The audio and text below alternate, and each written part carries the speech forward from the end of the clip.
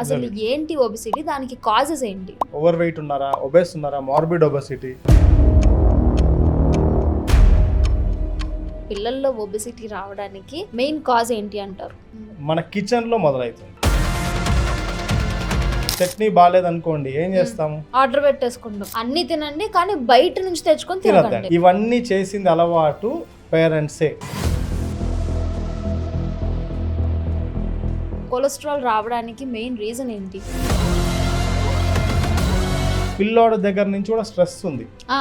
వాడి హోంవర్కే పెద్ద స్ట్రెస్ అండి. మీరు ఇచ్చే ఫుడ్ అట్లాంటిది. First of all primary health parents హెల్త్కి ఇవ్వడం మర్చిపోయారు. ట్రెండింగ్ టాపిక్ అవుతుంది. ఈ teacher commented A student on his physics. పిల్లాడు మంచి ఫుడ్ తింటున్నాడు, న్యూట్రిషియస్ ఫుడ్ వాడికి వెళ్తుంది అని అమ్మకి ఎట్లా తెలుస్తుంది? అమ్మ ఆకలి అని అడుగుతారు జనాలు. అవును. 4 years పాపకి హార్ట్ అటాక్ వచ్చి చనిపోయింది. తర్వాత ఒక 8 years పాపకి హార్ట్ అటాక్ వచ్చి చనిపోయింది. సో ఇట్లా చిన్న పిల్లల్లో హార్ట్ అటాక్స్ రావడానికి రీజన్ ఏంటంటారు? They are about to start dieting. 2 నెలల్లో నేను డైట్ స్టార్ట్ చేస్తా అంటారు. సడన్ గా తెలుసుకుంటే దే ఆర్ పాస్డ్ అవే.